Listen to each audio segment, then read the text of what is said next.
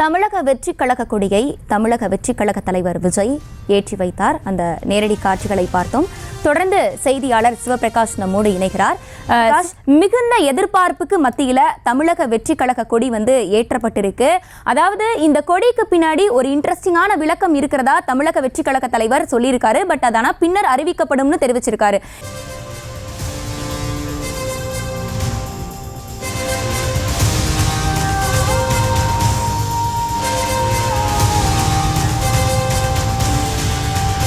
அதற்கு முன்பாக தொண்டர்கள் அளித்த பேட்டியை தற்போது பார்க்கலாம்.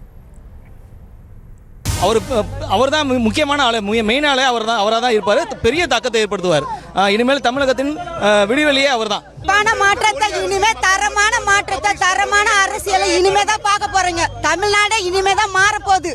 அவரால் எல்லாமே மாறும். புதிய ஆட்சி எங்க தளபதி ஆட்சி தான். அவரோட கொடியிலே வெற்றி சின்னமான வாகை போயிருக்கிறதுனால அவர் வெற்றி தான். எப்பவுமே வெற்றி தான். எங்களின் எதிர்காலம் அவர், எங்களின் எழுச்சி அவர், எங்களை மாதிரி ஏழை மக்களின் உதாரணம் அவர், எங்களுக்கு முன்னேற வழி வகுக்கிற தளபதி, எங்களின் முன்னேற்றத்துக்கு பாடுபடும் தளபதி. இன்னைக்கு இங்க ஒரு கொடி தான் பறக்குது. நாளையிலிருந்து ஒவ்வொரு தெருவிலும் ஒவ்வொரு கொடி பறக்கும். பல கைகள் இதை தடுக்க பார்க்குது. நாங்கள் இருக்கிற வரையும் இது யாராலையும் ஒன்றும் பண்ண முடியாது. ஏன்னா ஃபுல் அண்ட் ஃபுல் நாங்கள் இளைஞர்கள்.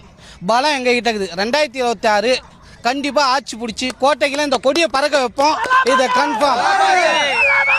நிறைய நலத்திட்ட உதவிகள்லாம் தளபதி பண்ணிட்டு இருக்காரு. இதெல்லாம் யாருக்காக பார்த்தீங்கன்னா மக்களுக்காக.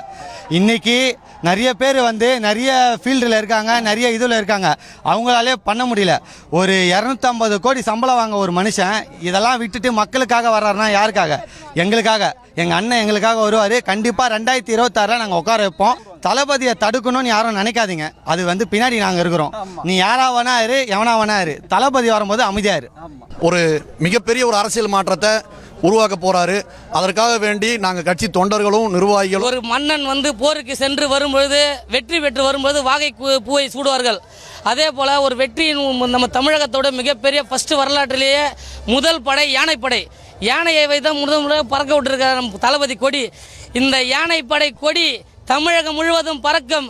தமிழகத்திலே நம்ம கோட்டையிலே கொடி பறக்கும். இதுக்கப்புறம் எங்கள் கொடியை தவிர வேற எந்த கொடியும் தமிழகத்தில் பறக்காது.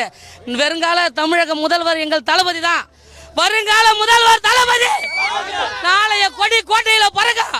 அதை எங்கள் தளபதிக்காக உயிரை கொடுத்து நாங்கள் பறக்க வைப்போம். 2026 எங்கள் கொடி தான் கோட்டையில் பறக்கும். ஒரு மன்னன் போருக்கு சென்று வரும்பொழுது, வெற்றி பெற்று வரும்போது வாகை பூவை சூடுவார்கள். அதே போல் ஒரு வெற்றியின் நம்ம தமிழகத்தோட மிகப்பெரிய ஃபர்ஸ்ட் வரலாற்றிலேயே முதல் படை யானைப்படை. யானையை வைத்தான் முதல் பறக்க விட்டுருக்கார் நம்ம தளபதி.